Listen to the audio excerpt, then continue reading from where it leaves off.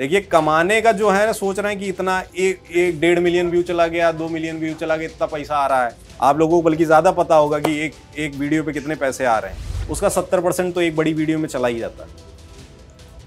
तो वही तो खर्चा पूछ रहे कि खर्चा महाराज भी थोड़ा बताइए यार कैमरा के सामने। क्योंकि आदमी के पास महाराज जब पैसा आएगा तभी तो कुछ बना पाएगा। और पैसा आ रहा है, कोशिश कर रहे हैं। मोहब्बत हुई बहुत, मतलब कई बार? हाँ, मतलब ये मुझे वो बड़ा अजीब कॉन्सेप्ट लगता है कि प्यार एक बार होता है फिर नहीं होता है। अभी सोशल मीडिया का दौर आ रहा है, बदल ही रहा है। हर दूसरे घर में एक स्टार है अपने अपने मोहल्ले का। पिताजी की दुकान है कलेक्ट्री कचहरी में, जौनपुर में। वहाँ पे उनकी फोटो स्टेट की दुकान है। और बाकी पिताजी मेरे डबल MA हैं साइकोलॉजी से और फिलॉसफी से। क्या दिक्कत लग रही है आपको? ढोड़ी से ऊपर क्यों नहीं उठ पा रहा है भोजपुरी समाज? नहीं, धोड़ी के ऊपर भी आ गए हैं, चोली तक सारा सब कुछ बना चुके हैं वो लोग कंज्यूम कर रहे हैं, इसलिए कंटेंट बनाया जा रहा है। जो लोग बोल रहे हैं कि अरे ये कैसा कंटेंट है, कितना भद्दा कंटेंट है, DM में जाके वही अपने दोस्तों को शेयर कर रहे हैं। नहीं भाई, पढ़ाई करनी तो बहुत ज़रूरी है यार। बिल्कुल मज़ा नहीं आया। अरे नहीं यार, मज़ा आ गया भाई। खपरहा भुइयां कला, क्या लगता है आपको? ये सुनकर आपके दिमाग में क्या आता है? बड़ी गजब सी जगह है भैया। एक जौनपुर है और जौनपुर के एक सुपरस्टार हैं। ऐसे सुपरस्टार जिन्हें आप जानते हैं, लगातार देखते हैं, जिनकी रील्स आपको ऐसा हिट करती हैं कि आपको लगता है कि भैया अपना ही कोई बात कर रहा है। तो आज हम बतकही में ऐसे ही एक शख्स से, एक ऐसे ही एक्टर से बात करने जा रहे हैं जो उसी जगह से आते हैं, जौनपुर भुइयां कला से। खपरहा जगह है वो, और नाम है उनका कुशल दुबे। आप उनको पहचानते हैं हैशटैग के नाम से, और कभी कभी आप उनको पहचानते हैं उस शख्स के नाम से जो ये कहता है कि युवाओं को आखिर IRCTC क्यों दे रही है साइड वाला बर्थ। कभी कभी इस नाम से भी जानते हैं कि दुबे बड़ा होता है कि उपधिया बड़ा होता है। कभी कभी इस नाम से भी जानते हैं कि कोई बाप बेटवा को धर के पीट दे रहा है, कह रहा साला तुम अगर ले नहीं जाओगे पेन तो लिखोगे किससे। तो ऐसे कुशल दुबे का स्वागत करते हैं हम बतकही में। बहुत बहुत स्वागत है सर आपका। धन्यवाद। एक गलती हो गई आपसे जी। कि गांव का नाम भुआ कला है। अच्छा, भुइयां कला नहीं है? हाँ, भुआ कला। ठीक है भाई साहब, हम वापस ले लेते हैं इसको। खपरहा भुआ कला है। हाँ, अब ठीक हो। ठीक है। तो पहला सवाल मैं आपसे पूछूं, मतलब बहुत सारे सवाल मेरे जहन में जब आपसे बातचीत करने के लिए हुआ, लेकिन पहला सवाल यही है मेरा कि दुबे बड़े होते हैं या उपधिया? सब बराबर ही हैं भाई। मतलब मुझे तो ऐसा लगता है कि सब बराबर है, पर अब वो जोक्स के लिए समाज में जो चीज़ें चल रही है उसको दिखाने के लिए वो सब सारी चीज़ें करना पड़ता है और बताना पड़ता है कि हम एक ही हैं, एक जैसे हैं, एक तरीके से सांस ले रहे हैं, हवा आ रही है, वैसे ही खा रहे हैं, वैसे ही पी रहे हैं। तो जो चीज़ें समाज में फैली हुई है उस चीज़ को कैसे सटायर तरीके से लोगों तक परोसा जा सकता है, कोशिश वही होती है बस। तो मैसेज के साथ जो चैनल का नाम है आपका हैशटैग, जी, उसको लेकर ही बड़ी चर्चा होती है। लोग कहते हैं उस ऐस का मतलब क्या है? ये जो लोगों में दिख रहा है वही ऐस है या कुछ अलग है? नहीं, शुरू में सीन ये था कि जब नया नया हमने अकाउंट बनाया था तो कुछ समझ में नहीं आ रहा था कि इंस्टाग्राम पहले तो चलाना ही नहीं आता था। पहले क्या था, इंस्टाग्राम पे फोटोज से चीज़ें वायरल होती थी, पहले फोटोज़ के लिए था, तो हैशटैग लगते थे। तो अब ये हुआ कि पेज का नाम क्या रखा जा सकता है कि 3-4 वीडियोस कुछ अच्छी चल गई, तो फिर लगा कि नाम ऐसा कुछ रखे जो अलग हो। तो हैशटैग से रिलेटेड हम लोग ढूंढने लगे कि क्या हो सकता है। तो फिर ये ऐस जो है हमारे सूर्यांश जी के दिमाग में आया कि हम ये एक तो हैशटैग के करीब रहेगा, दूसरा हम ये नैरेटिव दे देंगे कि घर पे माँ बाप जो है बच्चों को गधा बोलते हैं, तो गधा भी जो घोड़े के रफ्तार से भाग सकता है अगर तेज चल गया। तो बस वही एक वो नैरेटिव है कि जो गधा है वो भी आगे निकल सकता है, अगर मेहनत करेगा तो आगे बढ़ सकता है। तो दी हैशटैग का वो टैग आपने घर का जिक्र किया और वो बहुत वैसी जगह है जहाँ से लोग उम्मीद नहीं करते कि इस तरीके से कोई स्टारडम ले आएगा। कैसा रहा वो सफ़र, मतलब खासकर जौनपुर में जीवन कैसा बीता? और क्योंकि आपकी शुरुआत जो भी बतौर वायरल होने की हुई या इंस्टाग्राम कहीं या यूट्यूब पे हुई, वो लॉकडाउन का समय था, घर पे लोटन के कैरेक्टर के बहुत सारे वायरल मीम थे। कैसे शुरुआत हुई और घर में बचपन कैसा बीता, मतलब मैं ये जानना चाह रहा हूँ। पहले तो ऐसा कुछ था ही नहीं। क्या बनना चाहते थे आप बचपन में? शुरू में तो ऐसा था कि गांव में यूपी बिहार के लड़कों का क्या होता है कि शुरू में क्रिकेटर बनेंगे, तो क्रिकेट का शौक था, क्रिकेट विकेट खेलते थे। बाकी दूर दूर तक अभिनय, एक्टिंग, स्टेज, थिएटर, इन सब का कुछ भी लेना देना नहीं था, सिंगिंग कुछ भी। फिर धीरे धीरे ये हुआ कि स्कूलिंग और इन सब सारी चीज़ों के बाद जब बनारस आना हुआ, बनारस में आए ग्रेजुएशन में, तो वहाँ पता चला थिएटर के बारे में कि नागरी नाटक मंडली करके एक जगह है जहाँ पे ऐसी ऐसी चीज़ें होती है। गांव में क्या है, पहले रामलीला देखा हुआ था, तो रामलीला अलग तरीके से दिखाया जा रहा है, तो फिल्म के तरीके से पूरा है, लाइट है, सब कुछ है, म्यूज़िक है। तो फिर मैंने सोचा कि ट्राई मारते हैं। विद्यापीठ में एडमिशन लिया गया, 1 ईयर डिप्लोमा किया वहाँ से। और फिर तब पता चला कि गुलाल देखी थी उन दिनों, तो पीयूष मिश्रा का नाम आया कि इन्होंने इसमें गाना भी लिखा है, गाया भी है, अभिनय भी किया है। तो फिर इनके बारे में सर्च किया, तो फिर नेशनल स्कूल ऑफ ड्रामा के बारे में पता चला। तो फिर पता चला कि भारत में 3-4 ड्रामा स्कूल हैं, Madhya Pradesh school of drama, भारतीय हिंदू नाट्य अकादमी, नेशनल स्कूल ऑफ ड्रामा। यहाँ की तैयारी की। यहाँ की तैयारी के बाद फिर भारतीय हिंदू नाट्य अकादमी BNA जो कि लखनऊ में है, वहाँ से डिप्लोमा लिया। डिप्लोमा चल ही रहा था कि फिर लॉकडाउन लग गया, घर आ गए। घर आए तो फिर ऐसा हुआ कि भाई अभी 5-6 साल से थिएटर और एक्टिंग की फील्ड में काम कर रहे हैं, तो कुछ करना है, क्या कर सकते हैं। तो सूर्यांश जो कि मेरे मित्र हैं, वो उनकी भी पढ़ाई चल रही थी, लॉकडाउन के कारण वो घर आए हुए थे, तो वो कुछ लिखते थे और मैं अपने अकाउंट के लिए कुछ वीडियोस, कविताएं रिसाइट करना और ये सब सारी चीज़ें कर रहे थे। फिर बीच में हमारी 1-2 शॉर्ट फिल्म में हमने बनाई गाँव में ही लॉकडाउन में, सूरज चंदा, पिद्दी की गद्दी, वो काफ़ी वायरल हुई। फिर वहाँ से धीरे धीरे इस चीज़ की शुरुआत हुई कि फिल्म बनानी है तो अपनी ऑडियंस बनाते हैं, अपना सिनेमा बनाते हैं, अवधि और अपनी भाषा को लेके आगे बढ़ते हैं। तो वहाँ से नैरेटिव सेट हुआ इस चीज़ का। सबसे पहला क्या ऐसा था जब आपको ये एहसास हुआ कि नहीं अब हम वायरल हो गए हैं, अब लोग हमें देखने लगे? कब इस बात का एहसास हुआ? इस बात का एहसास, हमारा एक कैरेक्टर था विद्रोही करके, शायद आपने देखा होगा, वो लाल गमछे में मैं वीडियोस बनाता था और उसमें लव मैरिज, जातिवाद, स्कैम और इन सब सारी चीज़ों पे बात होती थी। तो वहाँ से शुरुआत हुआ कि लगा कि हाँ, कि अब हमें थोड़ी बहुत ऑडियंस की समझ हो गई है कि हम जो बनाएंगे वो चल सकता है। अब चूंकि मैं बार बार इस बात का जिक्र कर रहा हूँ कि आप जहाँ से आते हैं वहाँ से इस तरीके का काम करना एक बहुत कॉमन शब्द है हमारे इलाके में। लोग कहते हैं कि नचनिया हुआ का।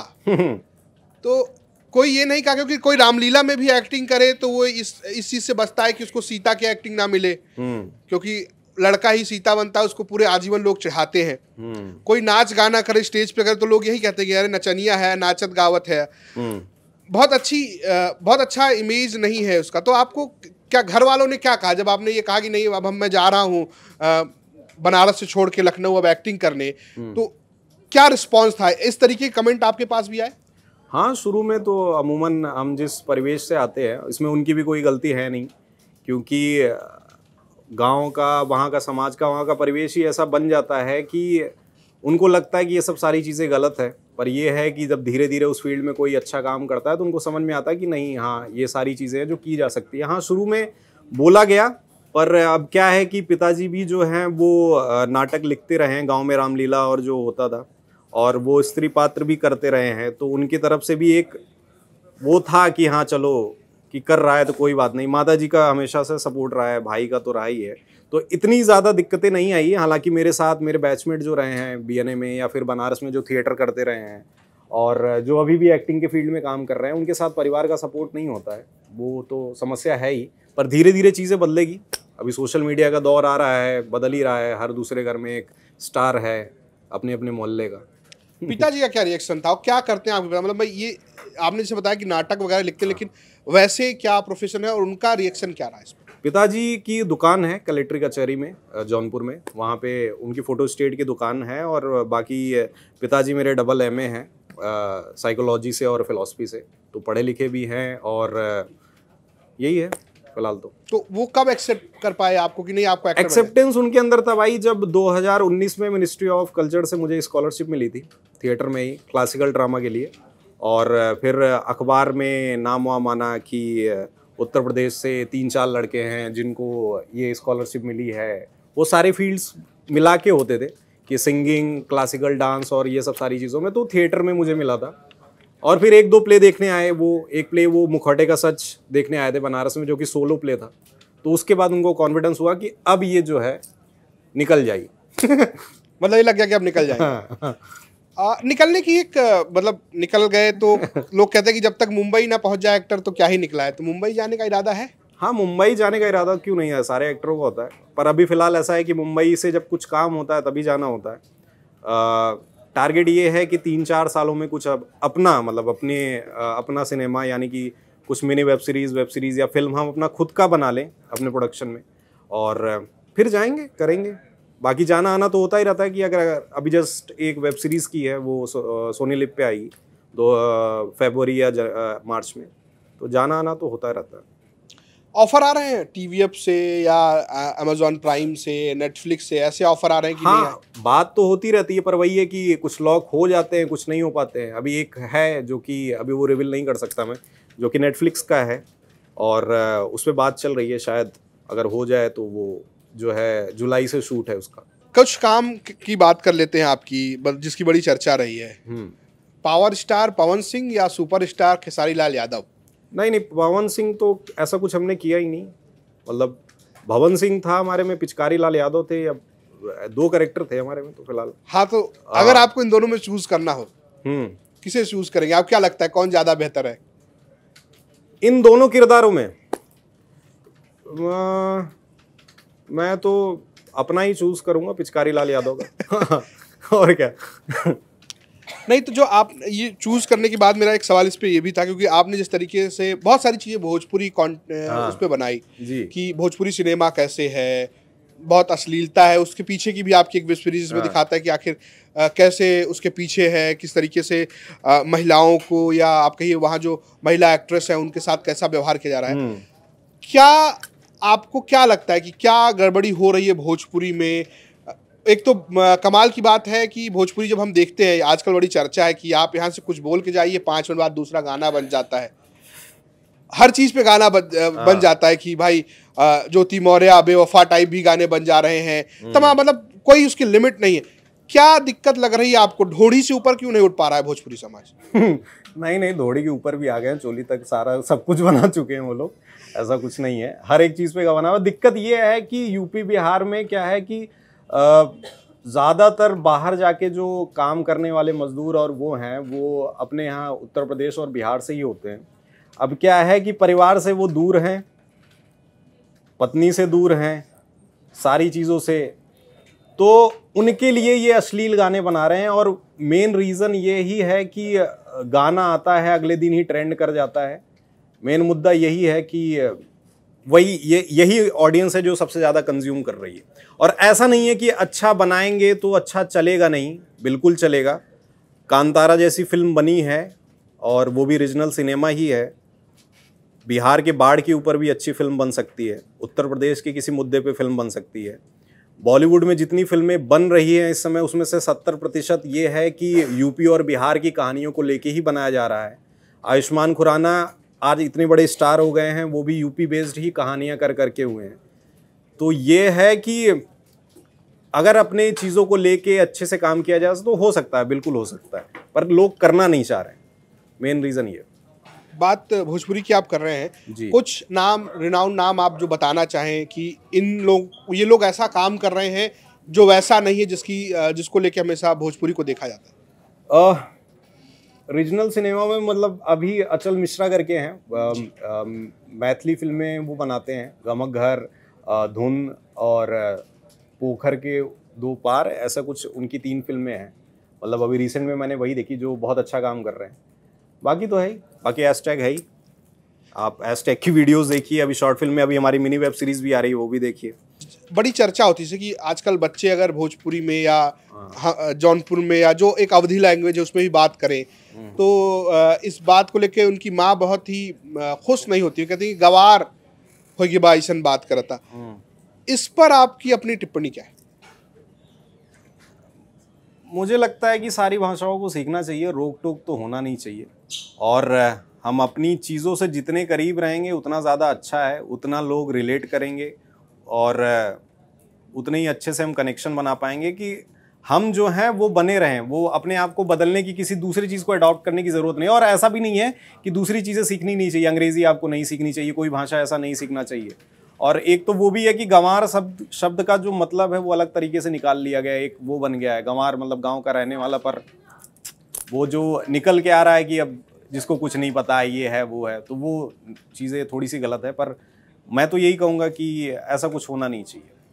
बिल्कुल, हमारे कुछ साथी भी हैं जो सवाल लेना चाहते हैं। सोशल मीडिया का ज़माना है और रील काफ़ी इजी ज़रिया है लोगों तक पहुंचने का, और आपका भी एक बहुत बड़ा अगर अभी तक की मिली कामयाबी का हिस्सा है, उसमें शॉर्ट्स या रील्स जो हैं वो एक बहुत बड़ा हिस्सा मैं समझती हूँ।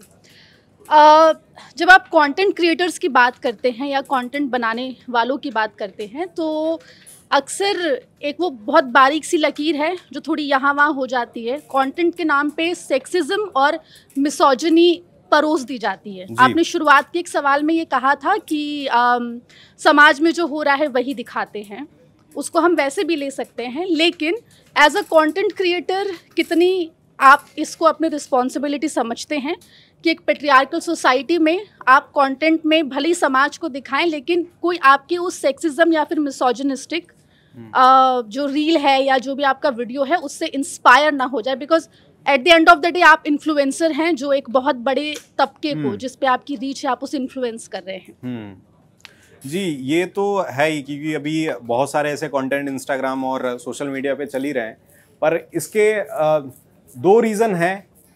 पहला कि लोग कंज्यूम कर रहे हैं इसलिए कंटेंट बनाया जा रहा है। जो लोग बोल रहे हैं कि अरे ये कैसा कंटेंट है, कितना भद्दा कंटेंट है, डीएम में जाके वही अपने दोस्तों को शेयर कर रहे हैं, भेज रहे हैं। तो सबसे बड़ा मुद्दा ये है कि अगर ऐसी चीज़ों को अगर आपको रोकना है तो ये शुरुआत आपको खुद से करनी पड़ेगी। इंस्टाग्राम पे बहुत सारे ऐसे ऑप्शन हैं, रिपोर्ट करने के फीचर हैं जो आप कर सकते हैं, लोग करते नहीं हैं। जिस दिन हम खुद इतने सजग हो जाएंगे, रोकना शुरू कर देंगे सारी चीज़ें, सामने वाला क्रिएटर ऐसे कंटेंट बनाना बंद कर देगा।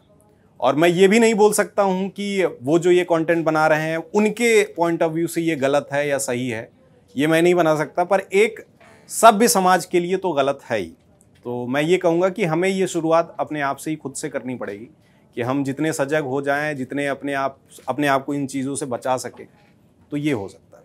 अच्छा, तो ये मेरा सवाल ये है आपसे, क्योंकि आप वैज्ञानिक रहते तो आपसे दवाई बनाने का फॉर्मूला पूछते हैं, अब आप कंटेंट क्रिएटर है तो आपसे हम ये जानना चाहते हैं कि एक रील बनाने में या एक ऐसा कंटेंट क्रिएट करने में, मुझे 2-3 इसी से जुड़े हुए सवाल है मेरे, कि खर्चा कितना आता है, कौठो कैमरा लगता है उसमें, और रील या कोई वीडियो अपलोड करने का वही फॉर्मूला है जो यूट्यूब अपनी क्लास में सिखा रहा होता है, या कुछ विशेष जानकारियां आप लोगों को एजेंसीज के जरिए, या आप लोग भी एजेंसी का इस्तेमाल करते हैं, जो कि एक नया कल्चर आ गया है कि आप कंटेंट क्रिएटर हैं और आप एजेंसी के थ्रू करते हैं। तो खर्चा, कैमरा, मेहनत और टाइमिंग।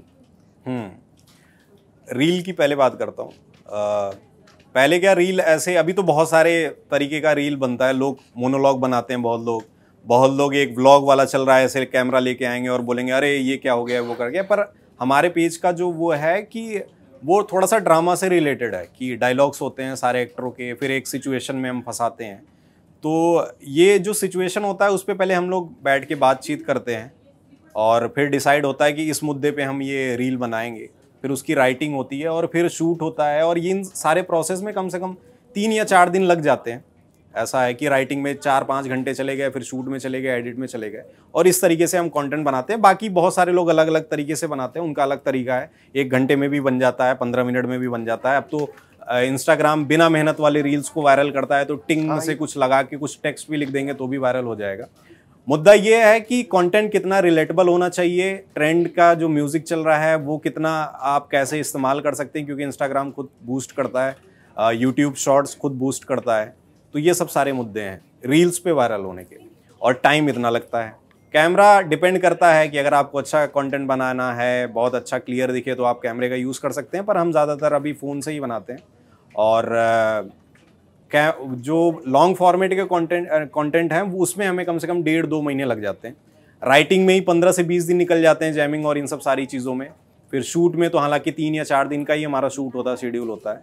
पर एडिट, बीजीएम, फॉली, म्यूज़िक, गाने, लिरिक्स, इन सब सारी चीज़ों में बहुत लंबा टाइम जाता है, एडिटिंग और इन सब सारी चीज़ों में। पोस्ट प्रोडक्शन जो हमारा होता है तो 1.5-2 महीने उसमें लगते हैं। और खर्च की बात है कि जितनी अर्निंग हो रही है उसका 70% तो एक बड़ी वीडियो में चला ही जाता है। तो वही तो खर्चा पूछ रहे कि खर्चा महाराज ही थोड़ा बताइए यार, कैमरा के सामने। नहीं तो मैं एक सवाल से जोड़ दे रहा हूँ। खर्चे की बात है, सब आधे दो गुना कमाई। नहीं सब बहुत ये पूछ लेते हैं भाई, सबको बड़ी जिज्ञासा है। मैं इसलिए क्योंकि रील भी बहुत आती ऋषि भाई महाराज, हम बता रहे हैं कि देखिए कमाने का जो है ना, सोच रहे हैं कि इतना एक 1.5 मिलियन व्यू चला गया, 2 मिलियन व्यू चला गया, इतना पैसा आ रहा है। आप लोगों को बल्कि ज्यादा पता होगा कि एक वीडियो पे कितने पैसे आ रहे हैं। तो ऐसा कुछ नहीं है, जितना आप कमा रहे हैं उतना हम भी कमा रहे हैं वीडियोस पे। हाँ, थोड़ा बहुत पैसा अलग से आ जाता है जब ब्रांड्स आती हैं, और ब्रांड्स के लिए हम रील्स और शॉर्ट्स कर रहे हैं। अब ये भी एक रीजन है कि रील्स और शॉर्ट्स करने का यही रीजन है कि वहाँ ब्रांड आए तो बड़ा कंटेंट बना सके। अच्छा, तो एक थोड़ा गंभीर सवाल है मेरे मन में आपके लिए। बतौर कंटेंट क्रिएटर आपके लिए सफलता क्या है? कोई द्वयम दर्जे की टीका टिप्पणी करके किसी वीडियो का वायरल हो जाना, या किसी अच्छे कंटेंट पर 20,000 30,000 की व्यूज से ही संतुष्टि पा लेना, या सफलता का फॉर्मूला वही है, वायरल हो गए, 5 मिलियन लोगों ने देख लिया, वो किसी भी दर्जे का कंटेंट हो, मतलब आप खुद उससे सेटिस्फाइड हो चाहे नहीं हो, तो क्या आप उसको सफलता मानेंगे? या जिस पर 40,000 लोगों ने देखा है और अच्छा काम किया है आपने, उसको आप सफलता मानेंगे? सेल्फ सेटिस्फैक्शन होना सबसे ज़्यादा ज़रूरी है।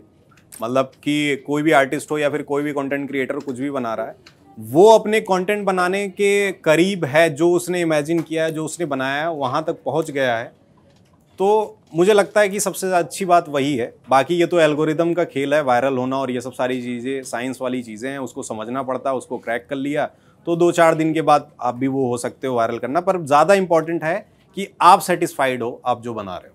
मेन मुद्दा एक आखिरी सवाल है, चूंकि बातचीत में मुझे ये जानना है कि आमतौर पर जो कंटेंट क्रिएटर्स होते हैं वो हमेशा आपको, चूंकि जनता उनको उसी वीडियोस के थ्रू जानती है, तो वो हमेशा जॉली मूड में है, वो हमेशा हंसाने मजाक करने वाले मूड में रहते हैं।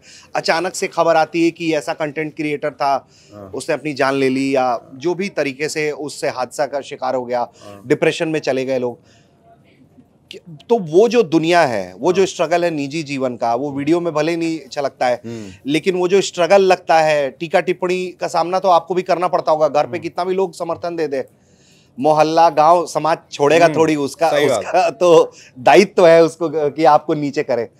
तो उससे कैसे लोगों को कमबैक करना चाहिए? बहुत बड़ा सवाल पूछ दिया महाराज। कि मुझे ऐसा लगता है कि थोड़ा सा लोग हर्ट भी हो सकते हैं। पहली चीज़ कि अपने आप को सीरियस लेना छोड़ देना चाहिए कि आप वायरल हो गए हैं, आप बहुत बड़े स्टार हो गए हैं। दूसरी चीज़, अपनी ज़मीन से जुड़ के रहना चाहिए। गांव वाँव है तो घूम टहल आइए 2-4 बार 10 बार, और लोगों के बातों का और क्या चल रहा है इससे ज़्यादा फोकस आपके अपने काम पर होना चाहिए कि आप किस तरीके से अपना काम कर रहे हैं। अपने कर्म को करते रहिए, और बस ये चीज़ें हैं। बाकी डिप्रेशन और इन सब सारी चीज़ों से निकलने के लिए बहुत सारे साइकेट्रिस्ट हैं, उनसे मिलिए, बात करिए। और इस पे मैं क्या ही बोलूँ, मुझे समझ में नहीं आ रहा है। इस पे एक चीज़ ऐड कर रहा हूँ कुशल भाई कि दरअसल बहुत सारे लोग एक दिन में वायरल होते हैं। हाँ, जैसे आपने देखा होगा कच्चा बादाम वायरल हुआ, गायब हो गए, शेर ये भी वायरल हुआ, और वो भी गायब। मतलब ये ऐसी दुनिया है जो 2 दिन में आपको बढ़ा भी देती है, 2 दिन में गायब भी। मतलब 2 दिन में आपको लोग जान रहे।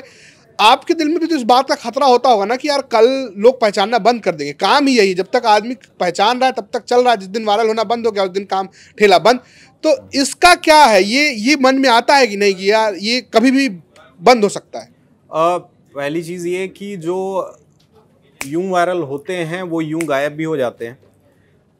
बात ये है कि एक वीडियो टिंग से साउंड लगा के वायरल हो गए, 150 के 200 के फॉलोअर हो गए, अब क्या, अब बनाएंगे क्या, उस पर ही फंसे रहते हैं उस लूप में। पर जो चीज़ें धीरे धीरे चली आ रही है, जिनको पता है कि उनको आगे क्या करना है, कि अगर ये अभी कंटेंट का फॉर्मेट चल रहा है आगे बदलेगा तो उसमें वो स्विच हो पाएंगे कि नहीं हो पाएंगे, तो ये एक तरीका उनको पता होना चाहिए। और दूसरी चीज़, वायरल होने का डर ना पहले शुरू में था कि मैं वायरल हूँ, कल वो लोग जाने और वो हो, ऐसा कुछ भी नहीं था, अब भी नहीं है। सीन ये है कि मुझे अच्छा सिनेमा बनाना है, हमारी टीम को अच्छा सिनेमा बनाना है, फिल्में बनानी है, वेब सीरीज़ बनाना है, यूपी बिहार के लोगों तक पहुंचाना है, क्योंकि हमारे पास खुद इतनी ऑडियंस है 35 करोड़ 40 करोड़ की, कि अगर हम अपना कुछ अच्छा बनाना शुरू कर दें तो यहाँ के कलाकारों को जो है मुंबई जाने की ज़रूरत नहीं पड़ेगी। हाय कुशल, मैं आपको गौर से सुन रही थी और आपने कहा कि आप सिनेमा फिल्म बना रहे हैं जी। फिर आपने अपना जो बिजनेस है वो इंस्टाग्राम की तरफ शिफ्ट किया और इंस्टाग्राम पे कंटेंट क्रिएट करना is slightly different what you make in cinemas in film, और आपने वो जॉनर जो चुना है वो एकदम कॉमेडी वाला, लोगों को हंसाने वाला। इसमें ऑलरेडी बहुत भीड़ है, तो कैसे आपने इस मुश्किलों का सामना किया? एक तो जब हमने शुरू में एक कंपटीशन होता है, मैं बता दूं, इंडिया फिल्म प्रोजेक्ट, जो कि 48 घंटे में फिल्म बनानी होती है। उसमें आपको स्क्रिप्ट भी, कॉन्सेप्ट भी दिया जाएगा और सब कुछ आपको करना होता है। हम लोगों ने पहली बार वो कंपटीशन जीता था लॉकडाउन में, गांव में ही, और हम फर्स्ट आए थे मोबाइल कैटेगरी में 2020 में। फिल्म का नाम है 1.5 फुट मैन, आप यूट्यूब पे देख सकते हैं IFP के उस पर। तो वहाँ से बनाने के बाद मुझे, मतलब मेरी टीम को ऐसा लगा कि फिल्म बनाने के लिए 2 चीज़ें तो ज़रूरी है कि एक तो आपको ऑडियंस की समझ होनी चाहिए कि ऑडियंस क्या देखना चाहती है, दूसरा ये कि फिल्म बनाने के लिए पैसे की ज़रूरत पड़ेगी। उसके बाद हमने इंस्टाग्राम रील्स और ये सब सारी इस फील्ड में हम उतरे। और कॉमेडी का क्या है कि बचपन से ही प्रियदर्शन की फिल्मों का बहुत ज़्यादा, मतलब जो वोरा जी हैं उनकी राइटिंग का बहुत ज़्यादा प्रभाव रहा है, चाहे वो हंगामा हो, हेरा फेरी, फिर हेरा फेरी, खट्टा मीठा, बहुत सारी फिल्में हैं, गरम मसाला। तो एक वो था कि कुछ ऐसा बनाएंगे आगे चलकर।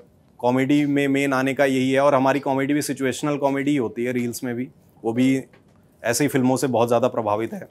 तो चाहे वो बैचलर्स की सीरीज़ हो, ढोल फिल्म से, और इन सब सारी चीज़ों से, अगर आप गौर से नोटिस करेंगे तो। और एक ये भी बहुत बड़ा ये है कि हमें अब क्या है कि सोशल मीडिया से एक वो हो गया कि ऑडियंस की हमें समझ हो गई है कि कहाँ कौन से सीन पे क्या है कि सोशल मीडिया का एक बटन का ही सीन होता है कि जहाँ पसंद नहीं है हटा दिया। तो शुरू में कंटेंट कैसा होना चाहिए, बीच का कंटेंट कैसा होना चाहिए, एंड का कंटेंट कैसा होना चाहिए।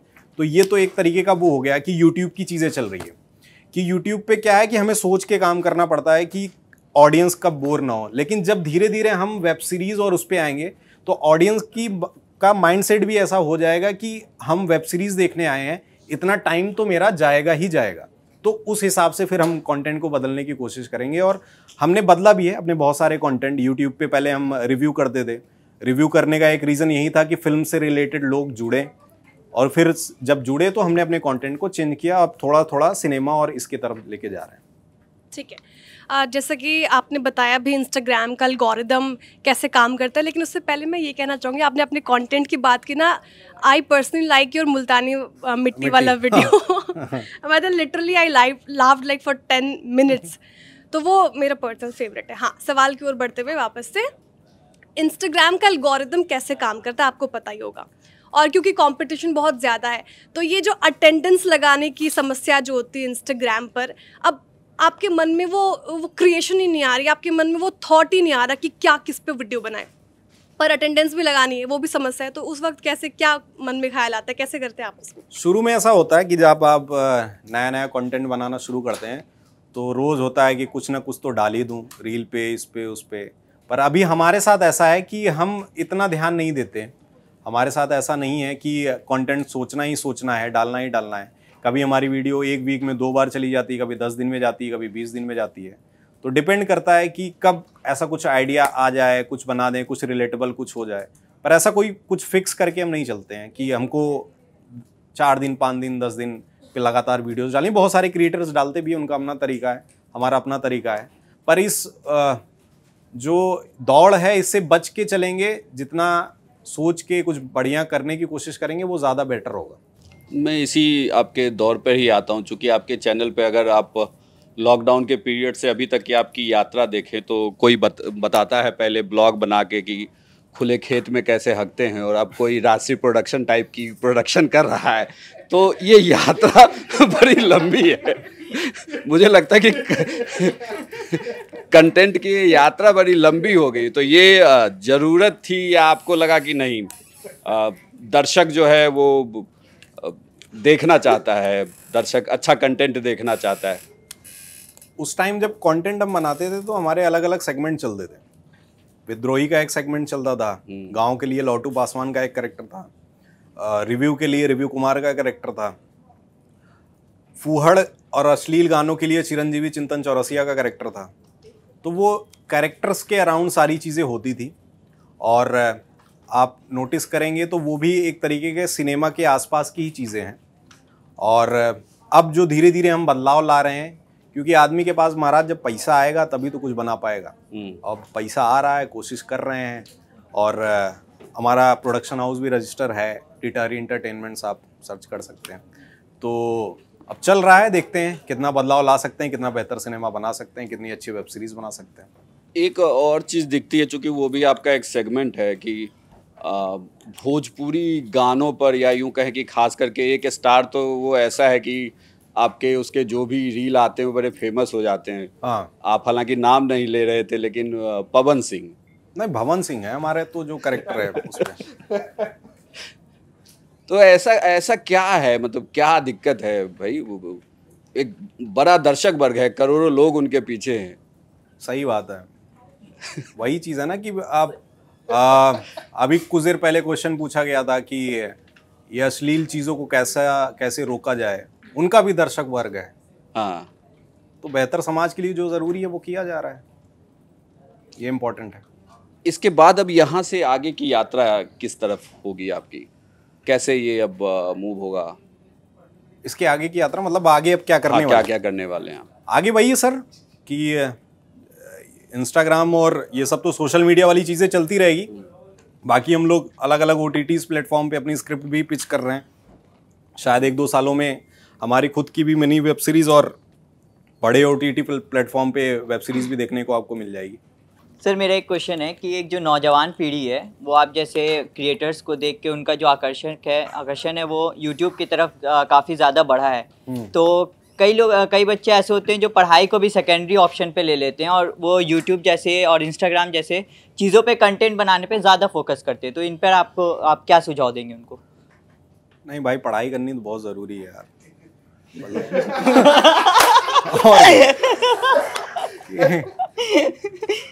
ज़्यादा कनेक्ट कर गया लगता है आपसे।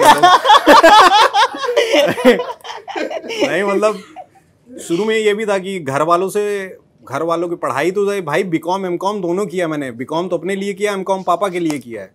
तो वो चीज़ है कि अगर आपका मन है कि इन सब सारी चीज़ों में करना, क्या है कि अभी दौर इतना ज़्यादा बदल गया है कि वही मैंने बताया ना कि हर गली मोहल्ले में एक स्टार है, तो लोग बहुत ज़्यादा प्रभावित हो जा रहे हैं सोशल मीडिया से। पर ये चीज़ जो है आगे आने वाले 5-6 सालों में ख़त्म हो जाएगी, मैं अभी बता दे रहा हूँ, क्योंकि अत हो गया है। कोई किसी भी चीज़ की अति जब हो जाती है तो वो धीरे धीरे ख़त्म ही हो जाती है, नॉर्मलाइज हो जाएगा। अभी नया फ़ोन, इंटरनेट और ये सब सारी चीज़ें बहुत ज़्यादा हो गई, तो हर कोई ये करना चाह रहा है। पर चलेगी वही चीज़ें जो आप अच्छे से सीख रहे हैं, आपका क्राफ्ट मजबूत है, वो सब सारी चीज़ें।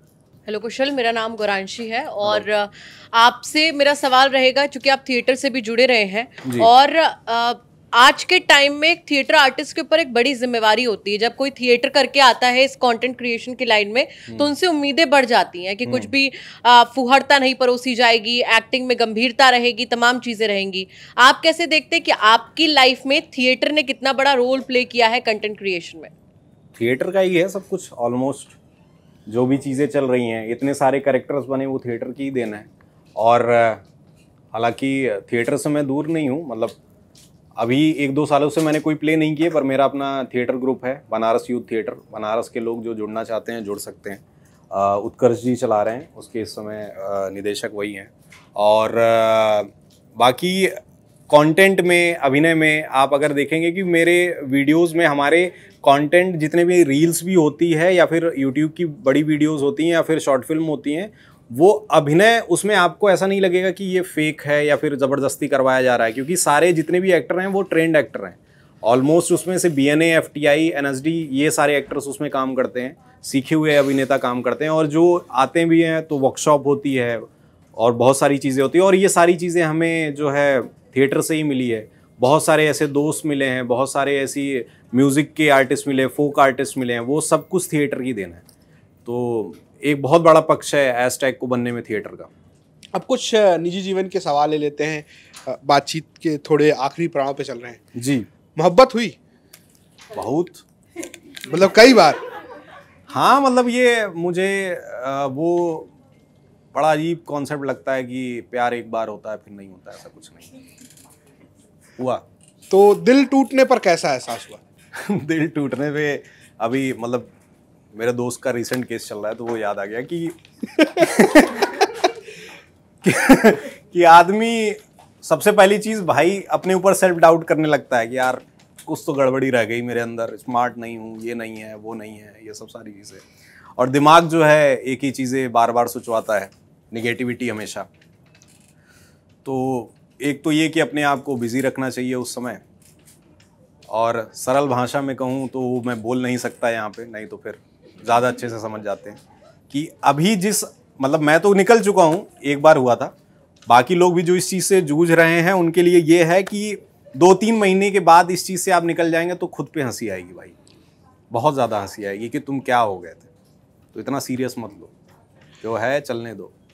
क्या जो आपने काम किए कुछ लोगों के साथ, सतीश केरे के साथ भी काम किए हो, तो हाँ। मतलब आला दर्जे के आदमी है, उनका वीडियो देखिए तो बड़ा हाँ। मजा आता है। उसमें एक कैरेक्टर है आपका मैनेजर जो पीटो डाइट देता है। क्या लगा उनके साथ काम करके, क्योंकि स्क्रीन पे तो बहुत ही मजेदार है वो, ऑफ स्क्रीन भी वैसे ही है वो मतलब ऑफ स्क्रीन भी सुर्ती खा रहे हैं युवा नेता के सेट पे तो खाई थी हमने एक बार ट्राई करने के लिए, भाई देखते हैं क्या होता है। और सतीश के साथ ऐसा है कि मतलब कि उनका ह्यूमर और प्रेजेंस ऑफ माइंड बहुत खतरनाक है, बहुत ज़्यादा कमाल। मतलब एक तो बहुत ज़्यादा रिलेट मैं करता हूँ कि शुरू से ही सतीश की वीडियोस और ये सब सारी चीज़ें हम लोग बहुत पसंद करते थे कि जब हम लोग कंटेंट क्रिएशन में नहीं आए थे तब भी, क्योंकि ईमानदार शर्मा करके उनका एक कैरेक्टर बहुत वायरल हुआ था टीवीएफ का, तो अलग तरीके का ही एक वो है कि एंजॉय करना पड़ जा रहा है, एक वो भी उनका चलता है, अब तो एंजॉय करा दो, एक उनका वो भी है। तो एक वो मतलब काफ़ी वो भी है कि उनसे सीखा भी हम लोगों ने शुरू में कि कंटेंट कैसे बनाना चाहिए, और बढ़िया आदमी है, अच्छे आदमी। कपिल कानपुरिया, कपिल भी बढ़िया है कपिल तो भाई के जैसा है, और बहुत सारे उसमें पॉडकास्ट में मैं बोल भी चुका हूँ कि बहुत बोलता है, फिर बोलूँगा बहुत बोलता है। इन सब के बीच कुछ ऐसे भी लोग हैं, मतलब ऐसे मीम्स भी आते हैं आपके पास कि जो देख के लगता है कि यार क्यों ही बना रहा है ये व्यक्ति। जैसे कि बीच में एक वायरल हुआ था जिसमें म्यूजिक भूल गया मैं उसका, उसमें आप पानी पी रहे हैं तो मैं बता रहा हूँ कि पानी में कुछ मिला देता है, फिर वो मर जाता है, फिर वो थूक के जिंदा हो जाता है। वो मतलब उसमें परमाणु युद्ध, कोरिया, रसिया सब हो जा रहा है। मुझे बहुत मजा आता है सब रील देखने में सही बता रहा हूँ, बंद कराओ यार, एंजॉयमेंट होता है बढ़िया। एक वो, और दूसरा कि फेसबुक पे कभी कभी आता है कि क्रिंज थोड़े से कंटेंट, मतलब उस तरीके से कि प्यार में धोखा खाया, फिर उसके बाद यूपीएससी निकाल लिया, कि कोई लड़की गांव में आई हुई है, वहाँ किसी अपने दोस्त से मिल जाती है, उससे बात करती है, और फिर ट्विस्ट होना, बहुत मजा आता है मुझे। कुछ वीडियो ऐसे पानी पानी पानी याद है आपको, एक छोटा बच्चा और हाँ, तो इस तरीके के कंटेंट को लेकर आपको क्या कहना है, जिनको लोग सोशल मीडिया का एल्गोरिदम है यार, चलने दो कैसे मैं बता दूं कि क्या अच्छा है क्या बुरा है, और लोग जितना रिलेट कर जाते हैं वही मुद्दा है। एक वीडियो मैंने ऐसे जस्ट पोस्ट कर दी थी, ज्ञान जी ने मुझे वीडियो भेजी थी, उसमें चैत बैसाख एक लड़का बोल रहा था कि वो महीनों के नाम अब हिंदी में बता रहा था, और वो वीडियो वायरल हुई, भयंकर वायरल हुई, 40-40 मिलियन चली गई। मैंने तो जस्ट अपने अकाउंट पे पोस्ट किया था कि भाई मुझे अच्छा लग रहा था कि क्या कितना सही तरीके से, और वो एंड में एक डेविल स्माइल भी ऐसे करके देता है जब आखिर में बोलता है, तो वो बड़ा अच्छा लगा था मुझे क्या पता था सबको इतना रिलेट लोग कर जाएंगे।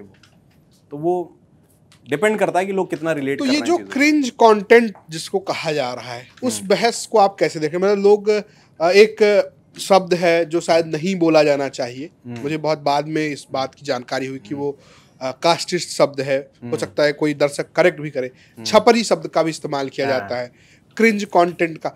इस बहस को आप कैसे देख रहे हैं? मतलब सोशल मीडिया पे भी अपने आप में एक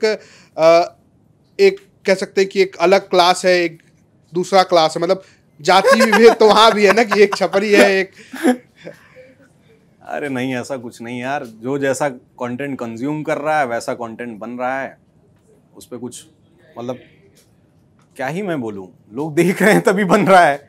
और हो सकता है जो कंटेंट अभी वैसे बना रहे हैं, एक टाइम के बाद उनको रियलाइज होगा कि अरे ये तो बुरा था यार, तो हो सकता है कंटेंट में चेंज करें। आप क्या कंज्यूम कर रहे हैं इस वक्त सोशल मीडिया पे? मैं कुछ कंज्यूम नहीं करता क्योंकि अगर करूंगा तो लूप में फंस जाऊंगा, ट्रेंड फॉलो करो, ये करो वो करो, तो ये सब हो नहीं पाता है।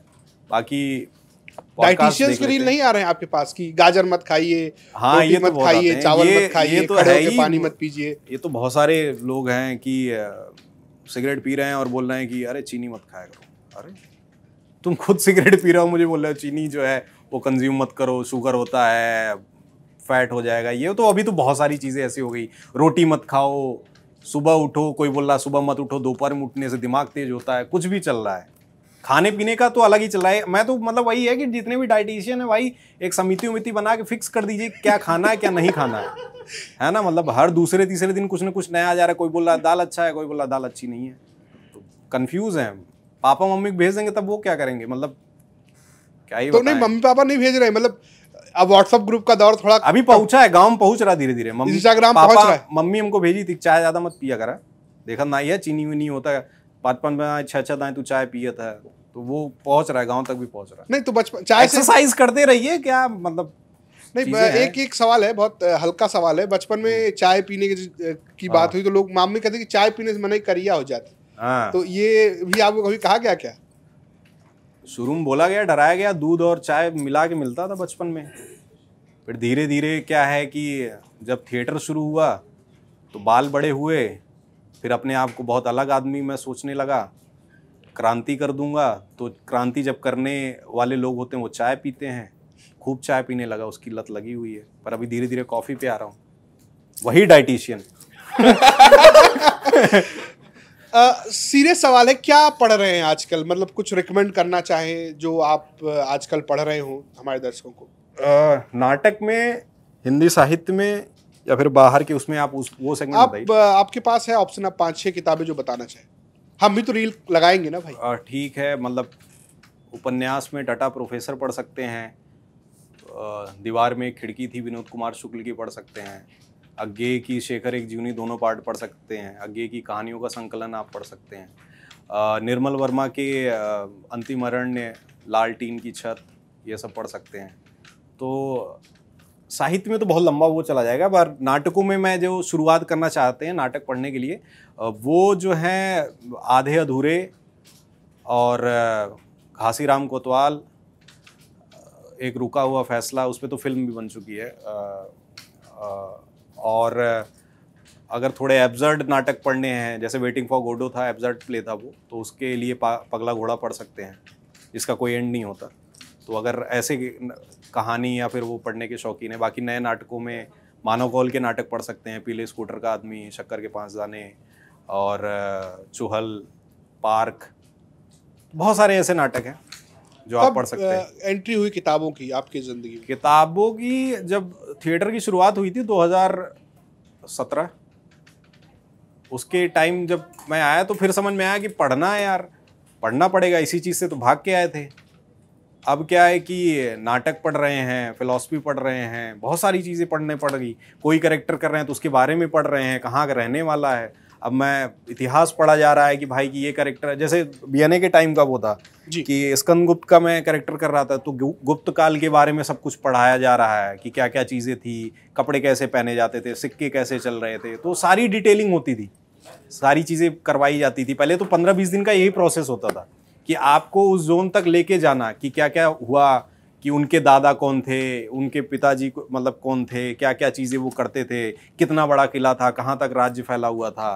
तो जयशंकर प्रसाद के नाटकों में बड़ा वो है कि क्या है कि जयशंकर प्रसाद जो नाटक उन्होंने लिखे वो बनारस के पॉइंट ऑफ व्यू से लिखे हैं, जैसे ध्रुव स्वामी और ये सब हो गया।